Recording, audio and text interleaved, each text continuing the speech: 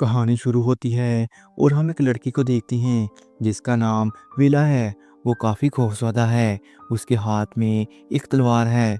शायद कोई चीज़ इस पर हमला करने वाली थी। फिर प्रेजेंट में हम वेला और उसके डैड और मोम को देखते हैं जो कि वेला की सालगिरह मना रहे थे।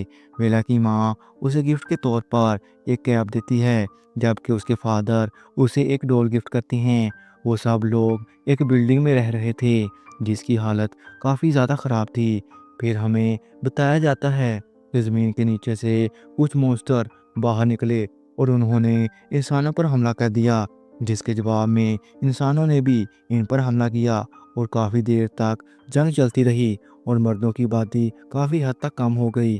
फिर औरतों ने भी जंग में हिस्सा लिया और वो भी जंग लड़ती रहीं। इस जंग में मेरा की माँ ने भी हिस्सा लिया था। तभी इस बिल्डिंग में फीमेल्स गार्ड्स आती हैं और वो इन सब लोगों को रेस्क्यू करने के लिए आए थे क्योंकि मॉन्स्टर को इनकी लोकेशन का पता चल गया था। इसलिए वेला के मोम और डैड भी इस बिल्डिंग को छोड़कर वहां से जाने लगते हैं।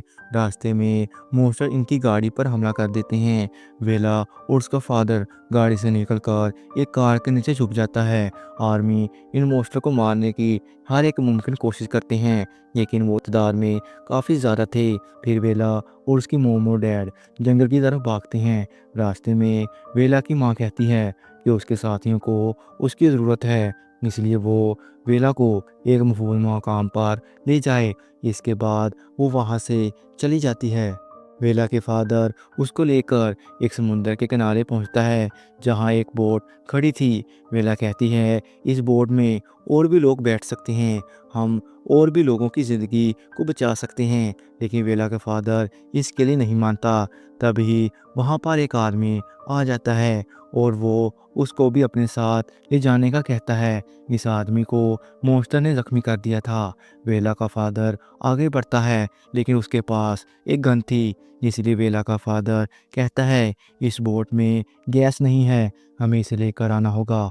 वहाँ पास में एक गाड़ी खड़ी है, हम उससे निकाल सकते हैं। फिर वो उस आदमी को लेकर उस गाड़ी तक पहुंचता है जहां वेला का फादर उस आदमी को मार देता है क्योंकि मॉन्स्टर ने उस आदमी को इन्फेक्ट कर दिया था और वो भी बहुत जल्द एक मॉन्स्टर बनने वाला था। फिर वेला और उसका फादर बोट लेकर एक आइसलैंड पर रुकते हैं। इस जगह पर ज़िंदगी गुजारना काफ़ी मुश्किल था क्योंकि वहाँ पर खाना ढूंढना काफ़ी मुश्किल था। वेला एक पहाड़ पर चढ़ती है जहाँ पर उसको कुछ अंडे मिलते हैं। वो उसको लेकर घर वापस आती है। वेला के फादर आसपास के इलाके को दूरबीन से देखता है जहाँ पर वो मॉन्स्टर को देखता है। इसके बाद उस समुंदर के आसपास उस बॉम्ब को लगा देता है ताकि अगर कोई इस जगह पर आए तो शोर की वजह से उनको पता चल सके। वेला के फादर वेला को मजबूत बनाने के लिए हर रोज़ ट्रेनिंग देता है ताकि वो मुश्किल हालात में इस सब का सामना कर सके। एक दिन वेला पास के एक पत्थर से नीचे आ रही थी तो उसकी नज़र एक लड़की पर पड़ती है जो कि बॉम्ब की तार की तरफ बढ़ रही थी। वेला ज़ोर से आवाज़ लगाती है, रुक जाओ रुक जाओ। वो लड़की वहीं पर रुक जाती है। फिर वो उसे वहाँ से एक गुफा पर ले जाती है जहाँ वो उस लड़की से उसका नाम पूछती है और घर से उसके लिए कुछ खाना लेकर आती है और उसके बारे में अपने फादर को नहीं बताती। शायद वो डर गई थी कि शायद उसके फादर उस लड़की की मदद करने से मना कर देगा। फिर वो वापस कर जाती है। रास्ते में वीरा को उसकी माँ मिलती है और उसकी आंखों से खून आने लगता है। तभी उसकी आंख खुल जाती है क्योंकि वो इस ख्वाब देख रही थी और उस गुफा में सो गई थी। फिर वो वापस घर जाती है रोज़ की तरह अपने फादर के साथ ट्रेनिंग लेती है।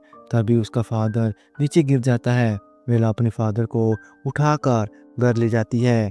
वहाँ जाकर वेला का फादर उसे एक असली तलवार देता है ताकि वो अपनी हिफाजत कर सके।